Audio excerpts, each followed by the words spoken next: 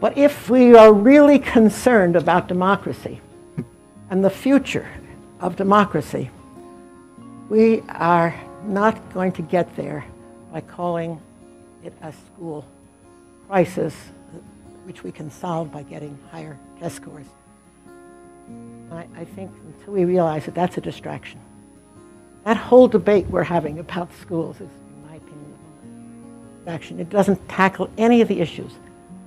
Even in my narrow area of schooling, any of the things that I know firsthand would make an enormous difference are not on the table today in school reform talk. Deborah Meier has spent over 4 decades working in the public education system. Whether as a teacher, principal, writer, or advocate, she has held a high status among leaders in school reform movement in the United States. This woman is considered the founder of the small schools movement and has offered countless other developmental ideals to our educational system, including teacher autonomy, racial or class biases, and democratic education. Deborah was born in 1931 in New York City. She attended Antioch College for 3 years before attending the University of Chicago, where she received a Master of Arts degree in history. Meier was first exposed to the educational system as a kindergarten teacher in Chicago, after which she moved back to New York City, where she continued her connection with education by founding and directing a public elementary school in East Harlem called Central Park East. The kids in the class are like about 7, 8, they're in like 3rd or 2nd grade. And this is an open classroom, and it means that we don't sit in chairs and desks. That doesn't mean like we don't. If we want to read anytime, we could. If we want to type, we could. If we want to work on some kind of project, we could. Ideologically, Meier embraced the views of educational reformer John Dewey in an effort to provide better education for the New York public school system.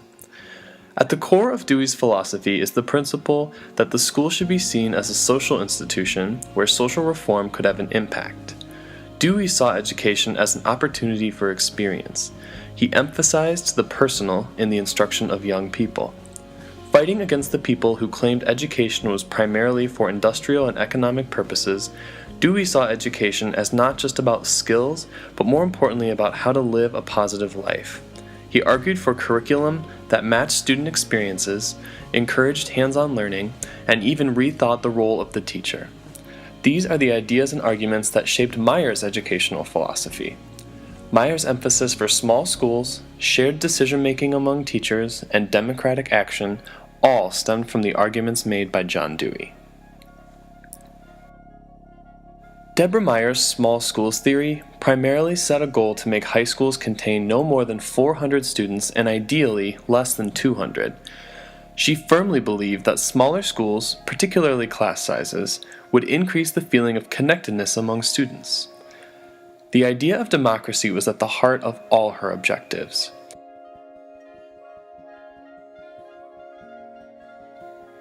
How could students learn to be active citizens in a democracy if they did not experience democratic action at school? With this in mind, Meier encouraged teachers to make decisions about the school democratically. She wanted her students to see that decisions were made collectively in a democracy, and not from a top-down approach. The initial students showed that Meier's small schools showed improvement in school attendance, rising graduation rates, rising college-going rates, and increases in student participation. In 1974, Meier put her small schools theory to work when she opened the Central Park East School in Harlem that served predominantly African American and Hispanic students. Central Park East was such a success that other schools followed, including Central Park East II, River East, and Central Park East Elementary School. At the heart of all these schools was the proponent of democratic community. This included giving teachers more freedom in the classroom, giving parents a voice in their child's education, and the inclusion of more project-based learning. The success that Meier saw in her schools made her a strong critic against state-mandated curriculum and standardized testing, which she saw as unreliable and unfair towards certain classes and races. Meier firmly believed that we needed to fundamentally rethink assessment in this country. Imagine what it would look like if a school had to document its success in terms of its students' participation in decision-making and ability to accept responsibility for their work and the work of others, and for doing so not merely in school, but also after graduation. Suppose a school's success rating were not based on how many kids go to college, but on how many of them vote. Where would that form of accountability lead us? Far more serious than the test score gap and more remediable is the gap between how many rich versus poor people vote, how many white versus blacks, and on these accounts, the U.S. looks worse than it does in math or literacy. Similarly, we might look at the gap between how many rich versus poor and black versus white youth are in jail and for how long, a gap that places the U.S. again in a class by itself. We might hold ourselves accountable as a society and as schools to reducing that gap. Or we might assume responsibility for reducing the health gap between rich and poor. Shouldn't the school system be devoted to democracy and committed to equity, judge itself as much by whether the work it does reduce or increases these gaps? Meier hoped to combat some of the biggest problems faced in city schools, such as poverty, clashing ethnic diversity, and educational equality. The success of Central Park East expanded into more schools as the 1980s progressed. This was just the beginning of Meier's network of small schools, now reaching nearly 50 total in the New York City area. In 1987, Meier was nationally recognized when she received a MacArthur Fellowship for her work founding the National Board for Professional Teaching Standards. Meier's success only continued to grow as she co-directed the Coalition Campus Project, creating dozens of new small schools. From here, Deborah Meier began her expansion outside of New York City. Due to her success, Meier also holds honorary degrees from 13 other colleges and universities. Throughout her educational reform career, she has documented her success through multiple books, including The Power of Their Ideas: Lessons to America from a Small School in Harlem,